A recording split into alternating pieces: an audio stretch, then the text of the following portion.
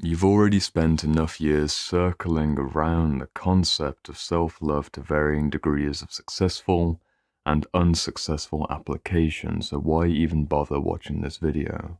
Well, my intention with this episode of Inner Work Essentials is nothing less than revolutionizing your understanding and application of self-love as a distinct phenomena with two streams of approach: self-compassion and self-respect. And when these two processes are wedded together, that's when we get a daily practice of self-love.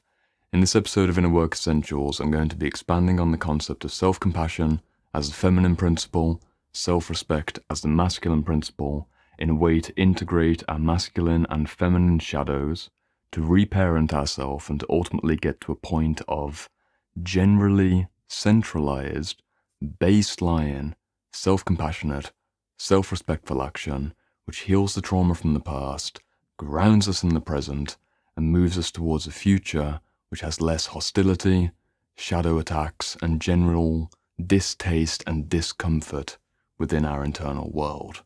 If that sounds like something you want to explore with me, then stick around, because this is going to be a next level teaching in the world of self-love. We're doing both aspiration and application, and we're going to be using Sam Keen's book, The Passionate Life, as a launch point into this conversation. Heads up disclaimer: the concept of self-love as self-compassion and self-respect wedded together is, to the best of my understanding, an original concept which came through to me in August 2019 at the tail end of my 2 years of volunteer traveling around Europe, when I was sat on a Welsh off-grid farmyard small holding in a caravan, furiously journaling about this idea of self-love, and I just couldn't wrap my head around it. I think especially as a man, and especially the way that we're conditioned as men, the concept of love is something which we tend to project towards romantic partners, especially in our earlier manhood before we may have children, or a more widely community-based sense of engagement. I just couldn't understand what self-love meant, and one day it clicked for me.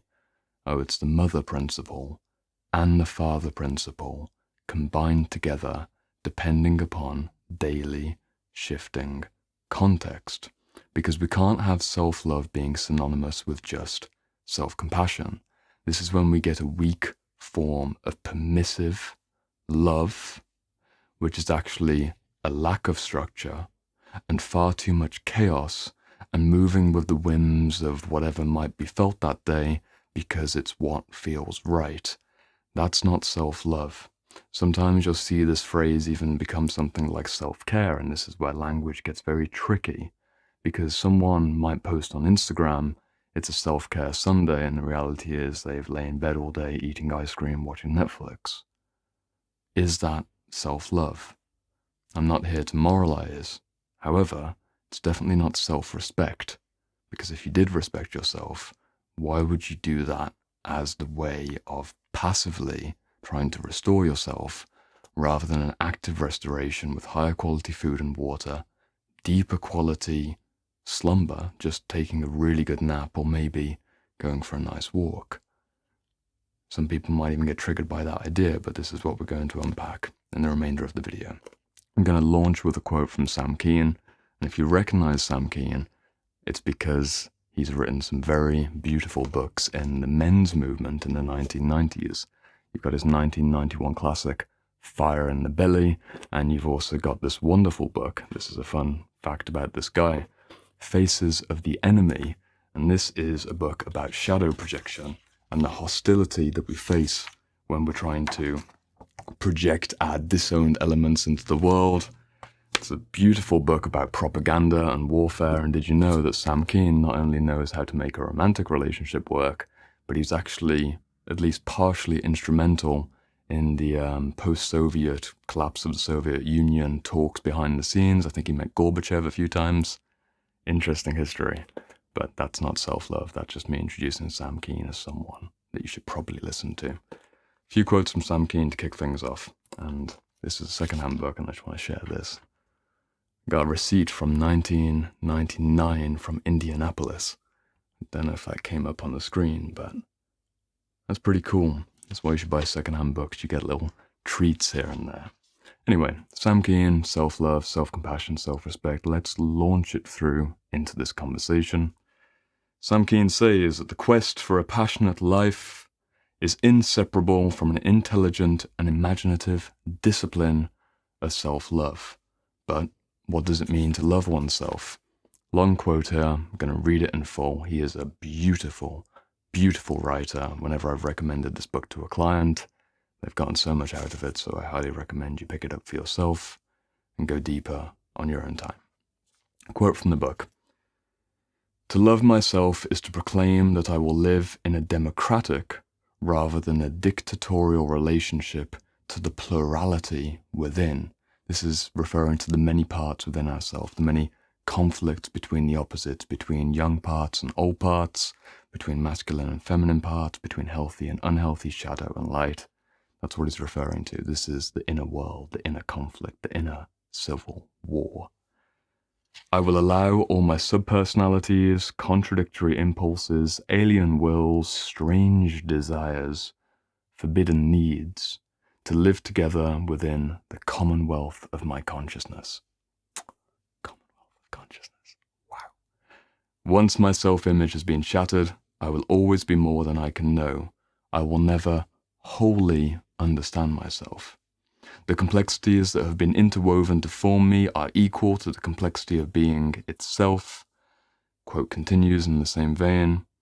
Thus, knowing I will never be the all-knower, I learn to accept what I cannot comprehend. Loving myself, I respect the mystery that I am. Almost goosebumps, that pre-goosebump sensations coming through. What Sam Keen's describing here is something which I'm sure you've experienced inside yourself, and this is why the concept of self-love as a yet to be unpacked language construct isn't useful for someone who's engaged in inner work as a serious, lifelong practice. We have to try and understand how the different forms of energy interact along that compassion, respect kind of process.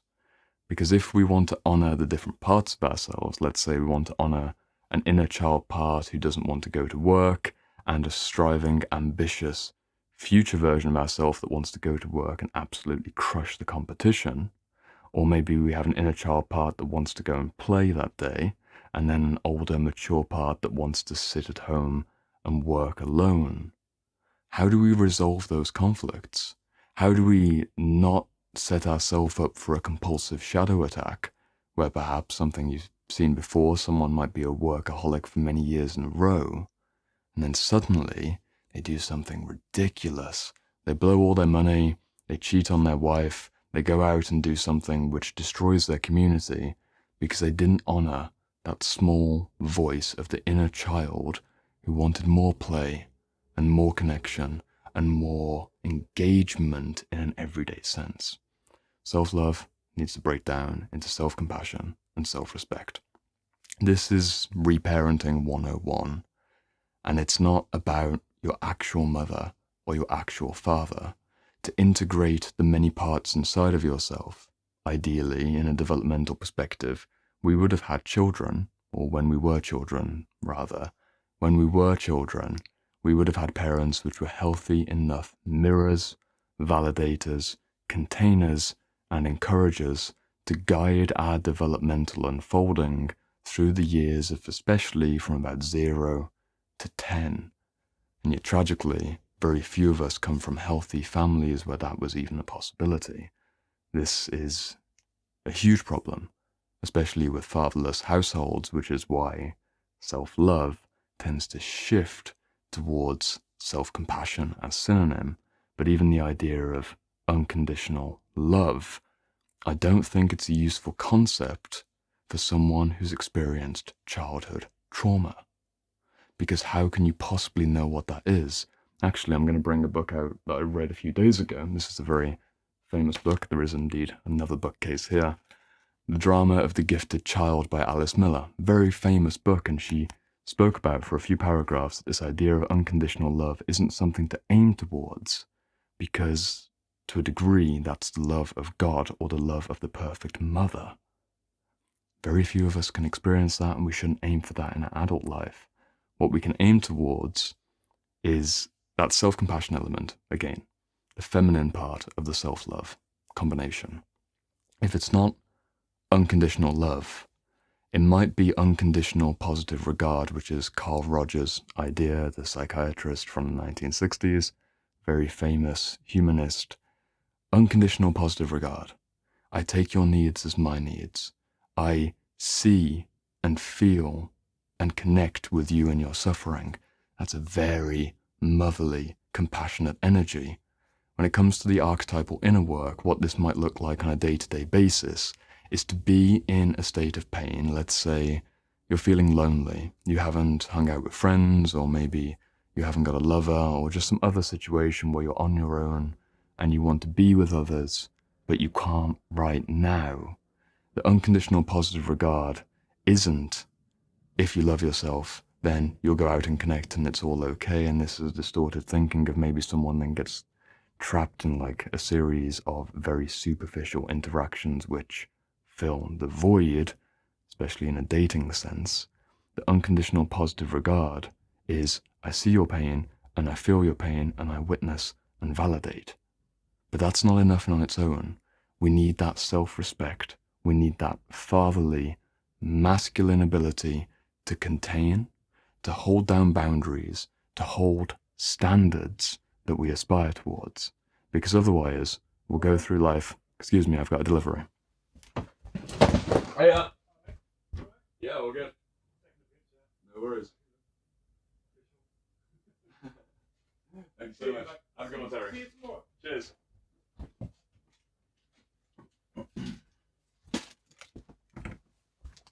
I'm not going to re-record this, but I have now got another book. What I was saying there is that the masculine component needs to come through in a sense of having standards and boundaries. Because if we don't have rules of engagement, which realistically are guidelines of engagement in everyday sense, we won't have the discipline component of self-love. We'll be swayed by our whims and by our moods, and especially from an inner child perspective, we'll be swayed by a 6-year-old or a 5-year-old or a 10-year-old inside of us that naturally wants to be very impulsive and spontaneous. And isn't that beautiful?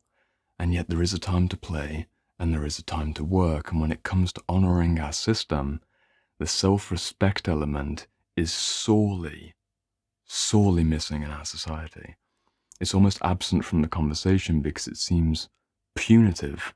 And of course, a group of women or men who haven't been raised with healthy father figures, they're going to see anything that resembles a boundary as being a wall with a turret on top, aiming down, ready to shoot, or maybe something which is pushing, or maybe something which is holding an unimaginable standard. But that's not healthy father energy. From an archetypal perspective, the true king gives blessing through his standards and his containment. What I mean by this is that, let's go back to the archetypal father within. If you can set a boundary that you don't go beyond, still being compassionate that I know I might want to go beyond this boundary in regards to, let's say, casual romantic encounters or consuming certain types of substances which poison our body, like alcohol or certain types of drugs. If you were just compassionate and motherly, you might be quite forgiving. If you were just fatherly, you might be a bit too stern, a bit too strict. It's yes or no. To bring the two together, that's where self-love starts to take on something of substance. That's where self-love becomes something which is actionable and tangible. I'll give you a few examples of how this works in my life, because it's been about 3 years of me living this principle of compassion and respect wedded together. Say there's a day where I don't want to film a video. Self-compassion allows me to delay that process in such a way that I honor that I might be not so confident in my speaking ability, or maybe I want to go and read a bit more. Self-respect doesn't let that get too far before I take the action and execute on the dream, which gives back so much more benefit based on a long-term trajectory and also the immediate impact. And yet if I went too strict on the discipline, I might end up whipping myself like a slave producing for YouTube or showing up for my clients in a way where I was doing it via compulsive obligation rather than a healthy sense of responsibility. Amazing, right? It's something which we're sorely missing in a society which devalues the healthy, masculine, ordering quality and places more emphasis on feeling alone without the complementary best elements of ordering and structuring. We're always going to be tilted towards a weak self-love, which doesn't allow us to heal our inner parts, and especially when it comes to relationships, we're going to really struggle to get through conflicts and create long-term visions in a romantic sense with someone who may have a variety of unresolved traumas inside themselves, because there needs to be a line. There needs to be a point where we go no further, and there needs to be a way of engaging ourselves self-compassionately, self-respectfully, unconditional positive regard, and not unconditional love. That's a beautiful, beautiful spiritual goal to aim towards, but it's unrealistic for most. I don't think it's useful. I've seen clients who've struggled with self-worthiness, who've been victims of childhood abuse, to frame unconditional love as something that they aim towards and try and give themselves when they haven't even received very much conditional love. It's too many steps. It's way too many steps. It's like a Grand Canyon to try and leap over.